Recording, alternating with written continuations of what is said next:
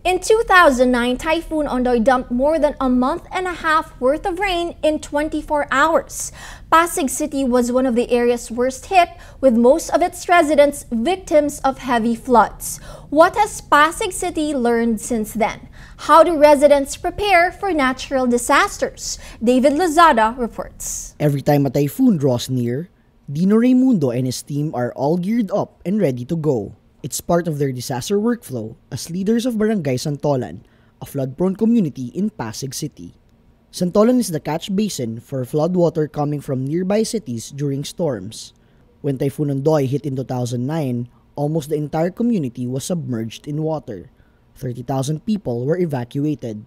Raimundo says dissemination of public information is crucial to their operations. Napaka-importante kasi magiging aware at ibababa namin sa mga tao kung paano ang kanilang mga gagawin pag dumating yung mga gantong senaryo.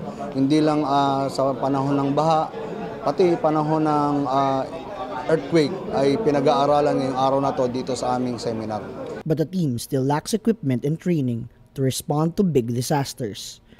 This is where the city government comes in.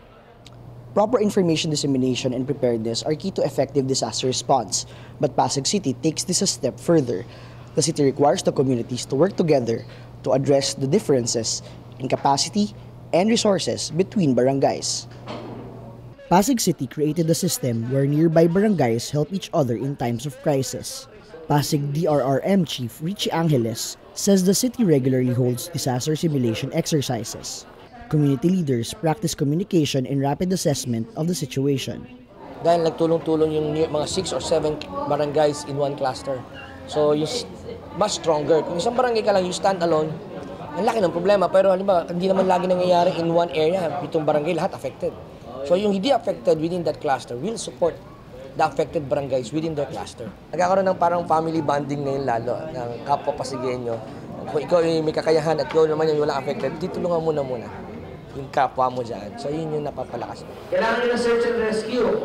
Raimundo is confident Barangay Santolan can withstand any calamity. Kami medyo preparado na kami dahil halos nakapagbasta na kami lahat ng mga gamit namin. Halos yung coordinated na kami dun sa, hindi lang sa local government unit, pati sa national, may connection na kami. Pasig's experience show the greatest resource for disaster preparedness are people. Even if short on resources, unified action, planning, and innovation are the best tools for saving lives. David Lozada, Rappler, Subic.